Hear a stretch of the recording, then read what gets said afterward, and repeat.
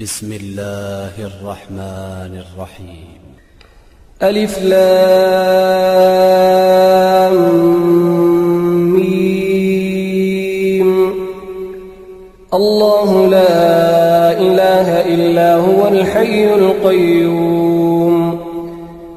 نزل عليك الكتاب بالحق مصدقا لما بين يديه وأنزل التوراة والإنجيل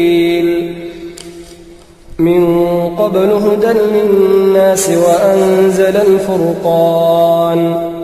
إن الذين كفروا بآيات الله لهم عذاب شديد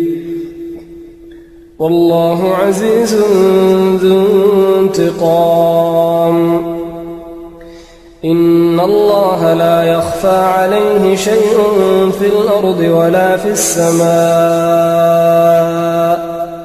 هو الذي يصوركم في الأرحام كيف يشاء. لا إله إلا هو العزيز الحكيم. هو الذي أنزل عليك الكتاب منه آيات محكمات هن أم الكتاب وأخر متشابهات. فأما الذين في قلوبهم زيغ فيتبعون ما تشابه منه ابتغاء الفتنة وابتغاء تأويله وما يعلم تأويله إلا الله. والراسخون في العلم يقولون آمنا به كل من عند ربنا وما يذكر إلا أولو الألباب. ربنا لا تزغ قلوبنا بعد إذ هديتنا وهب لنا من لدنك رحمة إنك أنت الوهاب. ربنا إنك جامع الناس ليوم لا ريب فيه إن الله لا يخلف الميعاد. إن الذين كفروا لن تغني عنهم أموالهم ولا أولادهم من الله شيئا أولئك هم وقود النار. كدأب آل فرعون والذين من قبلهم كذبوا بآياتنا فأخذهم الله بذنوبهم والله شديد العقاب. قل للذين كفروا ستغلبون وتحشرون إلى جهنم وبئس المهاد. قد كان لكم آية في فئتين التقتا فئة تقاتل في سبيل الله وأخرى كافرة يرونهم مثليهم رأي العين والله يؤيد بنصره من يشاء. إن في ذلك لعبرة لأولي الأبصار. زين للناس حب الشهوات من النساء والبنين والقناطير المقنطرة من الذهب والفضة والخيل المسومة والأنعام والحرث ذلك متاع الحياة الدنيا والله عنده حسن المآب. قل أنبئكم بخير من ذلكم للذين اتقوا عند ربهم جنات تجري من تحتها الأنهار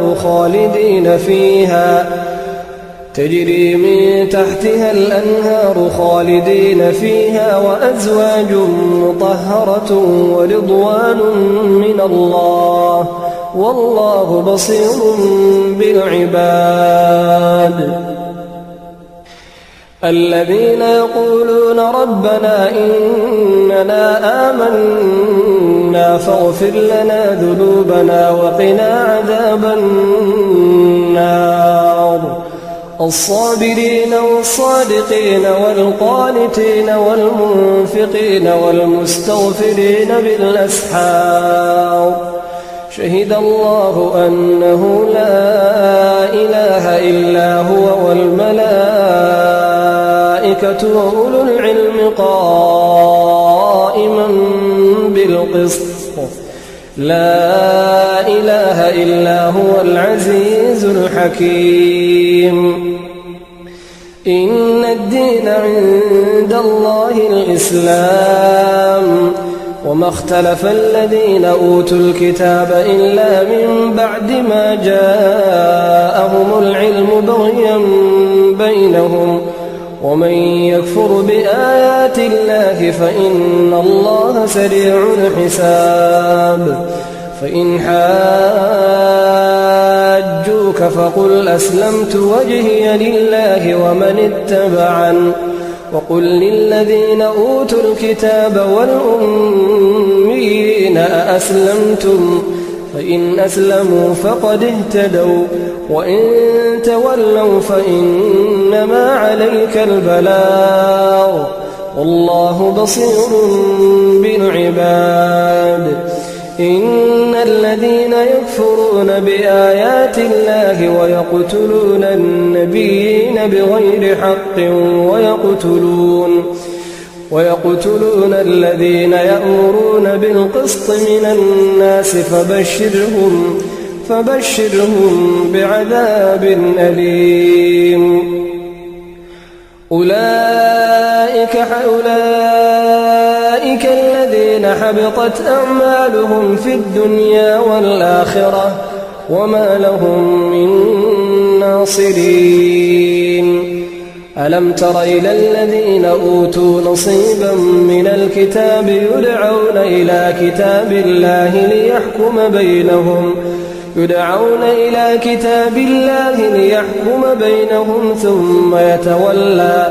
ثم يتولى فريق منهم وهم معرضون ذلك بأنهم قالوا لن تمسنا النار إلا أياما معدودات وغرهم في دينهم ما كانوا يفترون فكيف إذا جمعناهم ليوم لا ريب فيه ووفيت كل نفس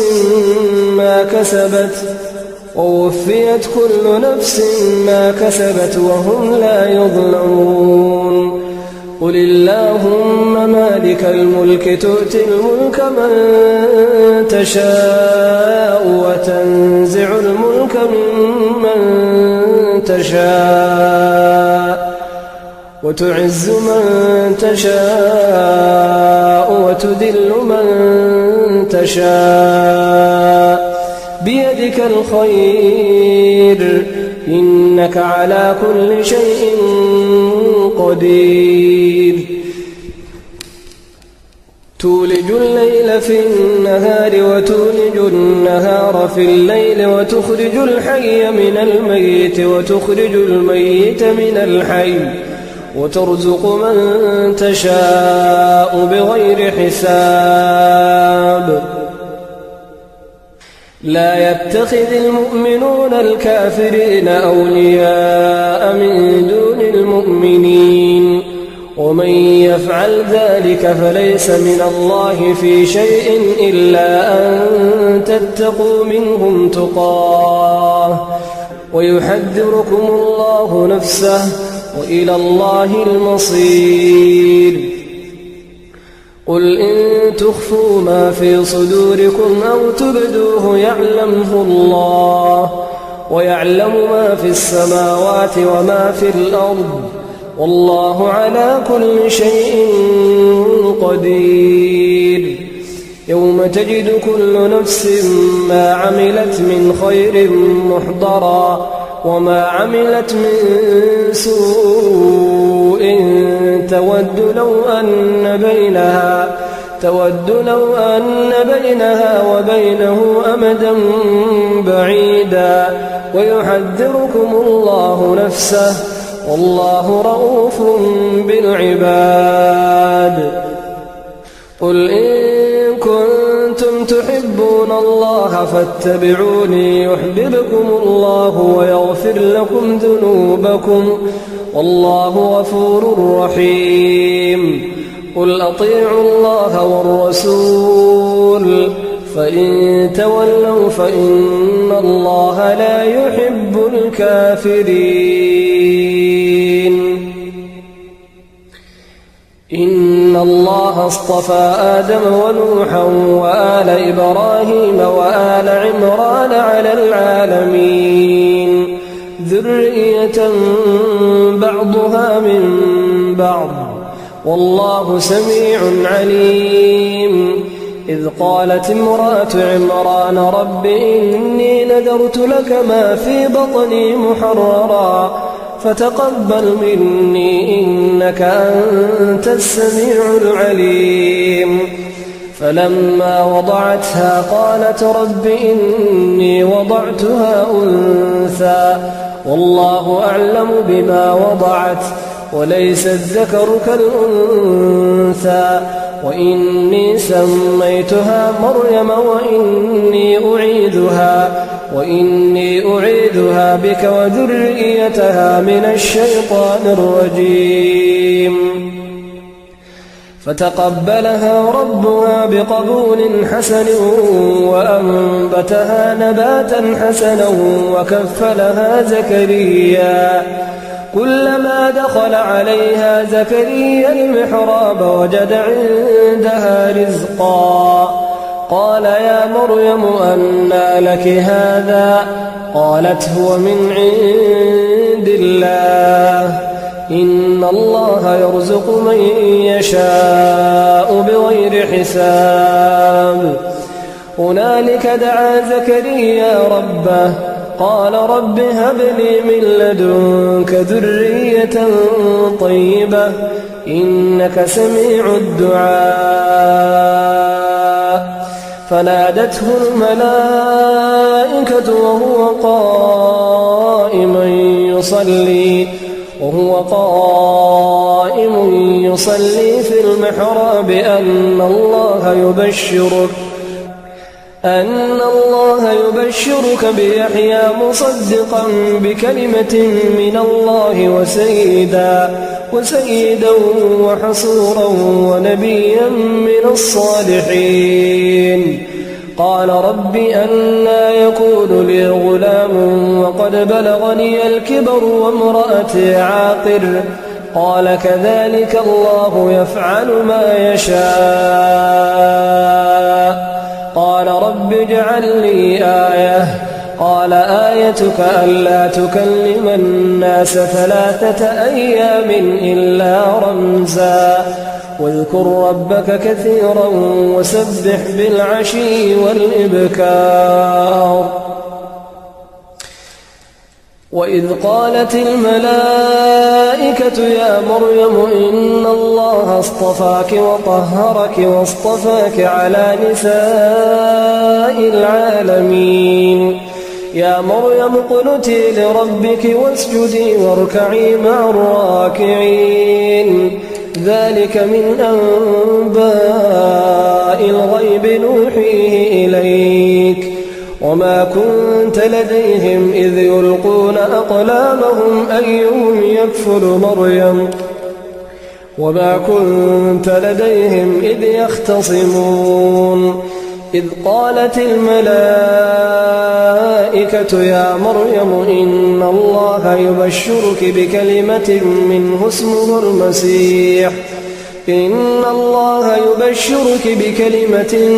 اسمه المسيح عيسى بن مريم وجيها في الدنيا والآخرة ومن المقربين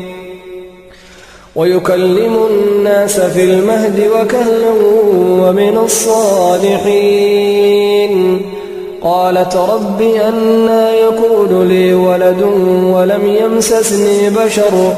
قال كذلك الله يخلق ما يشاء إذا قضى أمرا فإنما يقول له كن فيكون ويعلمه الكتاب والحكمة والتوراة والإنجيل ورسولا إلى بني إسرائيل أني قد جئتكم بآية من ربكم أني أخلق لكم من الطين كهيئة الطير فأنفخ فيه فيكون طيرا بإذن الله وأبرئ الأكمه والأبرص وأحيي الموتى بإذن الله وأنبئكم بما تأكلون وما تدخرون في بيوتكم إن في ذلك لآية لكم إن كنتم مؤمنين ومصدقا لما بين يدي من التوراة ولأحل لكم بعض الذي حرم عليكم وجئتكم بآية من ربكم فاتقوا الله وأطيعون إن الله ربي وربكم فاعبدوه هذا صراط مستقيم. فلما أحس عيسى منهم الكفر قال من أنصاري إلى الله قال الحواريون نحن أنصار الله آمنا بالله واشهد بأننا مسلمون. ربنا آمنا بما أنزلت واتبعنا الرسول فاكتبنا مع الشاهدين. ومكروا ومكر الله والله خير الماكرين. قال الله يا عيسى إني متوفيك ورافعك إلي ومطهرك من الذين كفروا وجاعل الذين اتبعوك فوق الذين كفروا إلى يوم القيامة ثم إلي مرجعكم فأحكم بينكم فيما كنتم فيه تختلفون.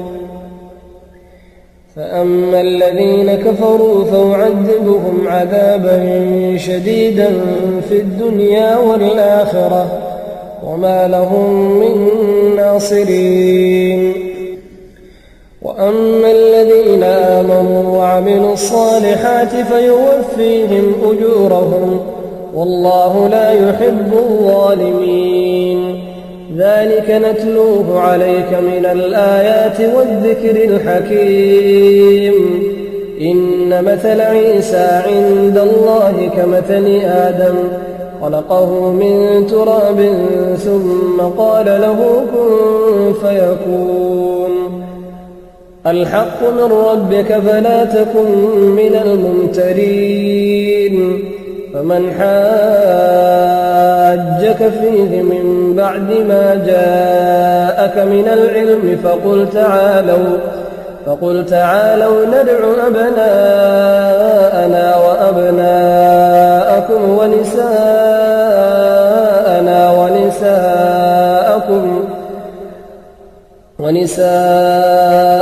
ونساءكم وأنفسنا وأنفسكم ثم نبتهل فنجعل لعنة الله على الكاذبين. إن هذا لهو القصص الحق وما من إله إلا الله وإن الله لهو العزيز الحكيم. فإن تولوا فإن الله عليم بالمفسدين. قل يا أهل الكتاب تعالوا إلى كلمة سواء بيننا وبينكم ألا نعبد إلا الله ولا نشرك به شيئا ولا يتخذ بعضنا بعضا أربابا من دون الله. فإن تولوا فقولوا اشهدوا بأننا مسلمون. يا أهل الكتاب لم تحاجون في إبراهيم وما أنزلت التوراة وما أنزلت التوراة والإنجيل إلا من بعده أفلا تعقلون ها أنتم هؤلاء حاججتم فيما لكم به علم فلم تحاجون فيما ليس لكم به علم والله يعلم وأنتم لا تعلمون ما كان إبراهيم يهوديا ولا نصرانيا ولكن كان حنيفا مسلما وما كان من المشركين إن أولى الناس بإبراهيم للذين اتبعوه وهذا النبي والذين آمنوا والله ولي المؤمنين ودت طائفة من أهل الكتاب لو يضلونكم وما يضلون إلا أنفسهم وما يشعرون يا أهل الكتاب لم تكفرون بآيات الله وأنتم تشهدون يا أهل الكتاب لم تلبسون الحق بالباطل وتكتمون الحق وأنتم تعلمون وقالت طائفة من أهل الكتاب آمنوا بالذي أنزل على الذين آمنوا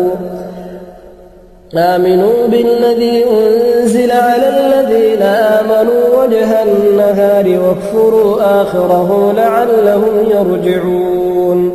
ولا تؤمنوا إلا لمن تبع دينكم قل إن الهدى هدى الله أن يؤتى أحد مثل ما أوتيتم أو يحاجوكم عند ربكم قل إن الفضل بيد الله يؤتيه من يشاء والله واسع عليم يختص برحمته من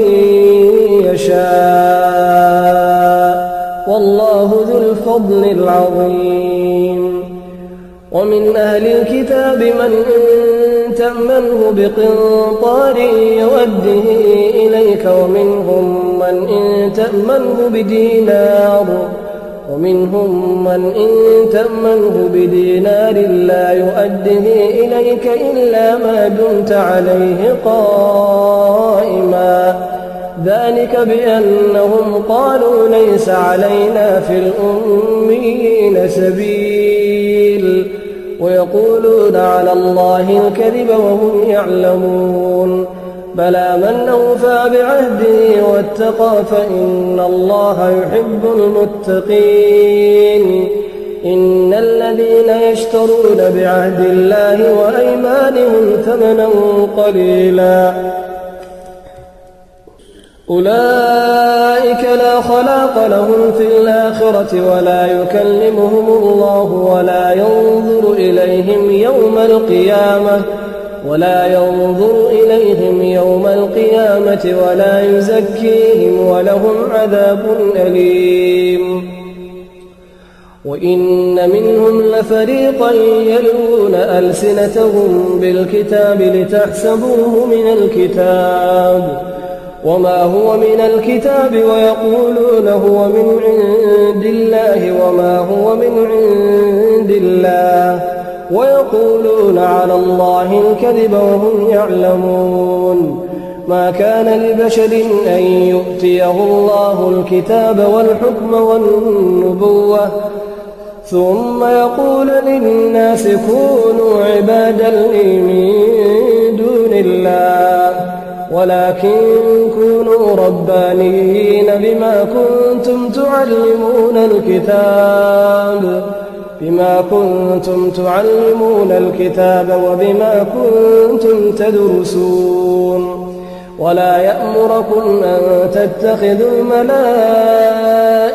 والنبيين أربابا أيأمركم بالكفر بعد إذ أنتم مسلمون وإذ أخذ الله ميثاق النبيين لما آتيتكم من كتاب وحكمة ثم جاءكم رسول مصدق لما معكم لتؤمنن به ولتنصرنه قال أأقررتم وأخذتم على ذلكم إصري قالوا أقررنا قال فاشهدوا وأنا معكم من الشاهدين فمن تولى بعد ذلك فأولئك هم الفاسقون أفغير دين الله يبغون وله أسلم من في السماوات والأرض طوعا وكرها وإليه يرجعون قل آمنا بالله وما أنزل علينا وما أنزل على إبراهيم وإسماعيل وإسحاق ويعقوب والأسباط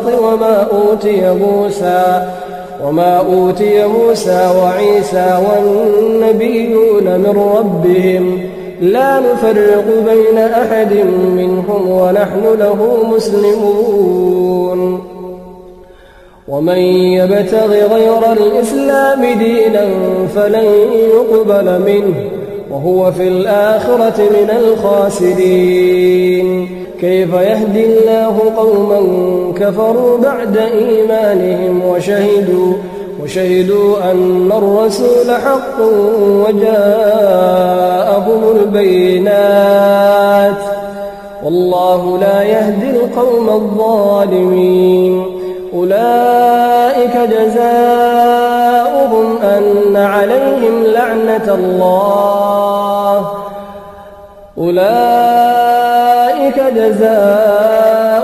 أن عليهم لعنة الله والملائكة والناس أجمعين خالدين فيها لا يخفف عنهم العذاب ولا هم ينظرون إلا الذين تابوا من بعد ذلك وأصلحوا فإن الله غفور رحيم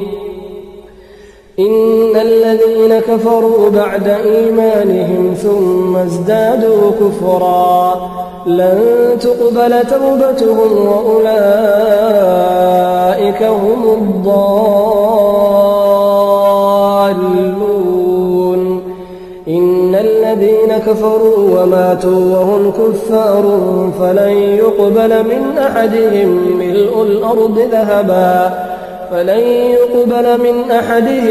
ملء الأرض ذهبا ولو افتدى به أولئك لهم عذاب أليم وما لهم من ناصرين لن تنالوا البر حتى تنفقوا مما تحبون وما تنفقوا من شيء فإن الله به عليم كل الطعام كان حلا لبني إسرائيل إلا ما حرم إسرائيل على نفسه من قبل أن تنزل التوراة قل فأتوا بالتوراة فاتلوها إن كنتم صادقين